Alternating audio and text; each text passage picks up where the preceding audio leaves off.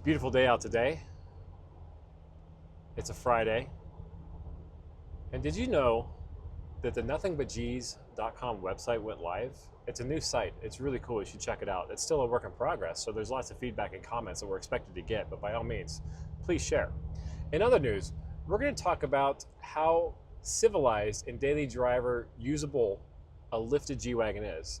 Today, we're driving our favorite, a 2015 G550 that has a 4-inch lift, 35-inch tires, beadlocks, all the things, and our rock sliders, which you can also find, believe it or not, on nothingbutgs.com.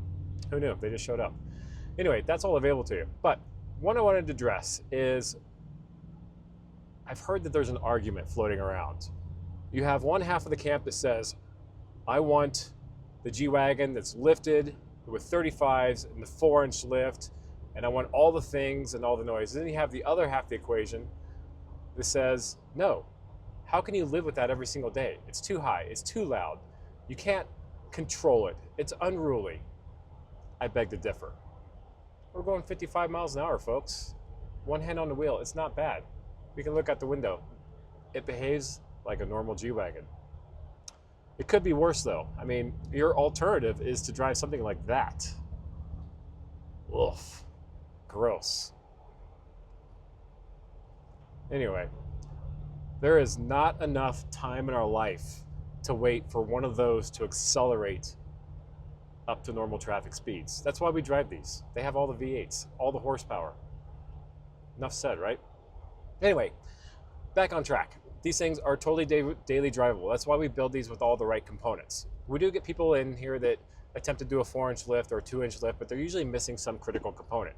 This is a case in point where the most common thing that's missed is control arms or transmission drop brackets or drive shafts or something or other. Whenever we do one of these, we always make sure we have all the right things so that it is A, reliable, you can steer it and go down the road, and we don't want to have any drama or fuss with it. And by drama or fuss, meaning if you're going to drive it or your spouse is going to drive it, or heaven forbid, your kid grabs the keys to it and decides to go joyriding, they're not going to have to worry about it veering off the road or handling weird or braking strangely or having some kind of ill performance characteristic. It's got to be on point, and that's why we do this. Every build that we do live with it through a tank of gas just to shake it down to make sure that nothing pops up, nothing weird happens, and then we can send it off to its owner's place and where it can live out the rest of its life. So that's what we're doing. So this is a 4-inch lift truck. You've seen this in one of my other videos where we just got in a 30,000 mile G550, and this is that truck. We ended up having to reshoot the front because something happened up there prior to us getting it. We had to correct all that, but we've gone through and done all the modifications. We are at the final yard line on this right before it gets delivered to the customer. So some of the other fun things we've done to this is we've modified or changed the coating in the dash so that we can change tire pressure and not have to worry about throwing warnings on the dash. So this is a good example. As you see on the dash right now, it says correct tire pressure, but it shows the accurate tire pressure readings. But you'll notice you don't have a warning for a TPMS failure. You don't have that funky little squiggly light coming on the dash. One of those annoying little things. I can still toggle through my screens if I want, but I don't have an error message. That's what's kind of cool. Other things we've done, because we have LED lights for fog lights and LED lights for backup lights, we've gone through the process and recoded all that so there's no warnings and it functions just the way it should. Other minor things on the inside, you're going to notice you've got the command upgrade, which is this giant touch screen. It's CarPlay and Android compatible. It just makes your livability with the truck 1,000% more usable because it's verbal as well. You don't have to sit there and touch it. You can just talk to it. Tint on the windows, everything is UV tinted as well, so we're blocked from the sun. Even though you can still see out of it, you don't need sunscreen. Hooray. Other fun stuff is on the outside and the underside. This truck actually sports one of our first prototypes. It's got the underbelly skid plate that is perfectly flat. We've got flush mount hardware, so you can literally skid this thing right off of a rock. Now, one of the things I will say, the ground clearance on this when compared to a competitor, but I will say that this has oodles, and that's a metric measurement, oodles, more clearance than one of those. So whether you need a skid plate or not, It's really cool and it keeps everything protected. We'll show you up here. This G-Wagon has one of our very first full flat skid plates on the bottom. It's fully flat, it's got recessed hardware, but with all that clearance, you're gonna gain a lot more distance and clearance from our competitors. So unlike the guy in front of us here, barf, this G-Wagon has approximately 0.016 miles more ground clearance than that, for you scientific nerds out there. Yes, we actually did the math on this. Not only is this thing entirely livable, sometimes you're stuck behind crap like this. Yes, he just pulled out in front of me. And if we were in anything else, something that was just entirely unruly to drive, like a big jacked up Jeep with 1-ton axles that you can't keep in the lane, or some big dumb off-roader rock crawler, you'd be smelling all that black soot that he's rolling out the tailpipe, and no one's got time for that. One of the things that I like about these trucks is they do have cabin air filters that do have charcoal activated filters. And I know we live in this day and age where America is the best and let's roll coal out of our diesel exhaust pipes, but for fuck's sake, people, you're better than that. Stop it. Anyway, here we are, entirely livable in a climate controlled cabin and a really badass looking G-Wagon, I might add. There's no other words for it. Following something like this. I can't get my mind wrapped around it. Anyway, it's entirely livable. Doesn't matter. A 4-inch suspension or 2-inch suspension lift, it's a daily driver thing. Now, one of the other things that some people do bring up is what happens if you don't want to live with the 4-inch lift for the rest of its life, i.e. you want to take it from a 4-inch down to a 2-inch or down to stock height. That's a good question. You can always go backwards with your suspension setup, meaning that if you elect to take it from a 4-inch to say a 2-inch lift and put smaller tires on it, it is literally as simple as unbolting the springs and putting in shorter springs. If you have shock extensions in there, you just unbolt those and just bolt the shocks up normally, and away you go. You're done. You don't have to change brake lines. You don't have to change drive shafts or anything crazy. You can literally go down to a 2-inch lift and live happily ever after for a small amount of money. If you want to go back to stock, it's really just pulling some of the old parts off and putting on the factory stuff. The most notables are going to be your factory control arms. That's about the only thing you really need to do. So everything is entirely backwards compatible. Now you know. If you decide you don't like it, it's not all for naught. You can reverse it very inexpensively. All right, guys, check this out. 4-inch lift truck. You've seen this truck before in one of my other videos. We just got this in. It's a 30,000 mile example. Really rare find. Finding one of these 15 G550s with under 30,000 miles, but we found one. Anyway, it is super clean. We just got everything completed on it. Up front, you're gonna notice it sits a little bit different because it's got a 4-inch lift. 35-inch tires with 463 Industries beadlock wheels. These things look awesome, by the way. And up front, we've got the brand new JWO front bumper on this with their integrated skid plate. That's a pretty sick setup. It is stout. This is a nice setup. We also integrated the Baja Designs fog lights into the factory harness, so it functions 1000% just like it would from the factory, meaning that when you turn the wheel, it will illuminate one or the other based on where you're going. So kind of cool. The usual up here, the Warren 10,000-pound winch with the synthetic rope. It's lightweight, it's easy, and most importantly, it's wireless, so you don't actually have to be out here to use it. You can be inside the cab. Baja Designs lights, the LP6s, these guys are wicked bright. It's all the power of a collapsed sun and a star that's getting ready to be born. And, you know, we had to put the L lenses on there to be appropriate, of course. And then the other cool thing is we've got onboard air.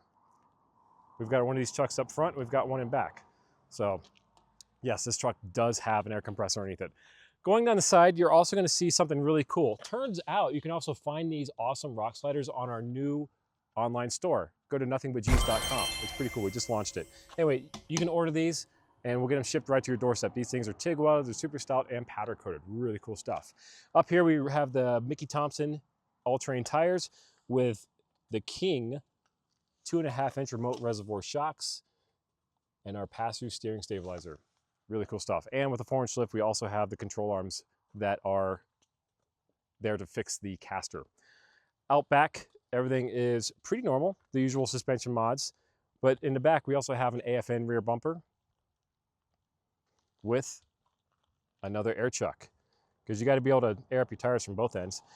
So on the back of the truck, it looks a little different. What we're running back here is an AFN rear bumper. We chose this one specifically, and we recommend this for people that are running 35-inch tires or beadlocks just because of the sheer weight of the wheel.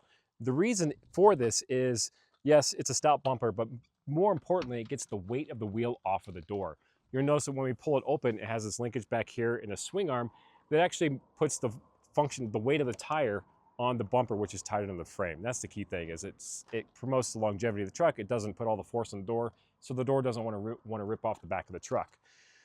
Back here, everything is pretty normal, pretty factory. There's a Morflate system we're going to put in a bag along with some other off-road goodies for this gentleman. Largely, you can hook up something like this to the truck and connect it to all the wheels and tires, and it inflates everything. That's kind of cool. Now, one of the cool things my guys did to tie in the air compressor for the truck is they hid the switch in a very convenient spot. How cool is that? Talk about integrating everything and just keeping it simple. Love that. So simple. Aside from that, the rest of the truck is just easy. Nothing really special about it, except it's just a really well put together, well maintained G550. Nothing looks out of place. You've got the awesome rock sliders. We've got the 463 Industries beadlock wheels. These are a lot lighter. I do like these, and value proposition, that's why I like these. Now, one of the things that you're not gonna see on a lot of trucks, and this is the first time that you're gonna see this, is our skid plate. It is perfectly flat. All the hardware is flush mounted. And with that, you have just a crap load of ground clearance. Compared to a comparable Jeep Wrangler on 35s, this truck offers you approximately 0.016 miles more ground clearance than a Jeep Wrangler. Yeah, we measured it, we mapped it. Moving on. A couple other notable features we want to bring to light on this truck. This truck does have our weep holes. You notice that it's got these little indents in the windshield frame, which allows any water, moisture, anything that gets behind this windscreen to completely drain out so the water doesn't have a chance to sit and collect behind the gasket.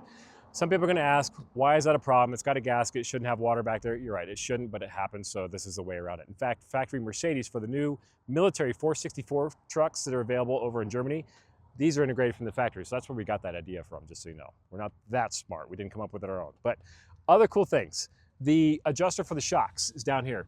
The remote reservoirs we mount on the frame, and you have these cool little red knobs so you can adjust it softer and firmer based on your preference. So just cool, easy stuff like that. Again, this is a really simple yet robust build that's meant to last you many, many years and just perform not only well off-road and on-road. And that's the big thing, is you have to live with these trucks on a daily basis and be able to get in and out of them without having to compromise. And that's what it's all about. Mainly with these awesome rock sliders, which are available on our website, by the way. Have I mentioned that? Anyway.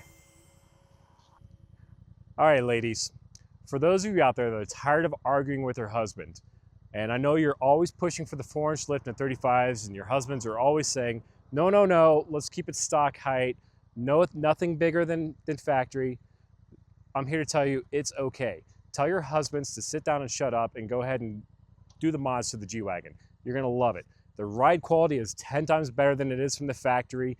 Looks-wise, let's face it, we're all 12 years old on the inside, and it just looks amazing. It looks formidable. And best point of all, this is entirely functional. This is something you can take on a daily driver. You can take the kids to school, you can go to the grocery store, do all the boring stuff. You can take it out to Moab. You can take it to all the trails here in Colorado.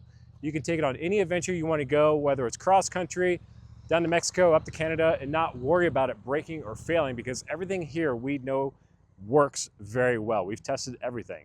So this is a package we put together that we know works. There's no compromises for it. So ladies, when you sit down with your husband and say, you know what, it's time.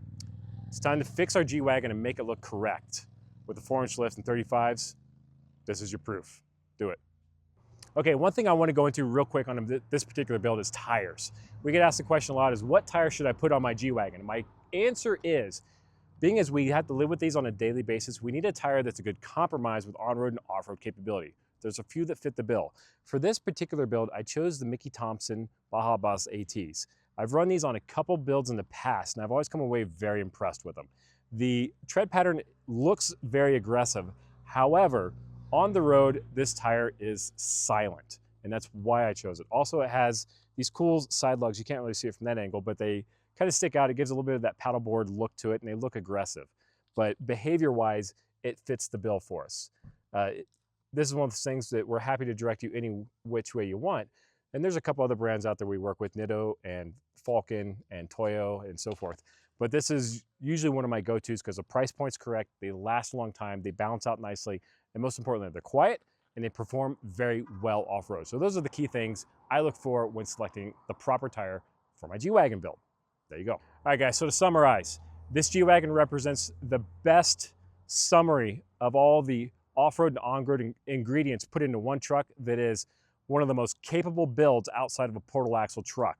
This thing has a 4-inch lift, 35-inch tires, winch bumper front, off-road bumper rear. It's got the winch, you've got onboard air, you've got auxiliary lights, you've got beadlocks, you've got rock sliders, you've got skid plates. You have everything needed on this truck to take you just about anywhere in the world and be 100% daily drivable, and most importantly, reliable. So Joe Gocher, nothing but G's. Check us out. We'd love to build one of these for you.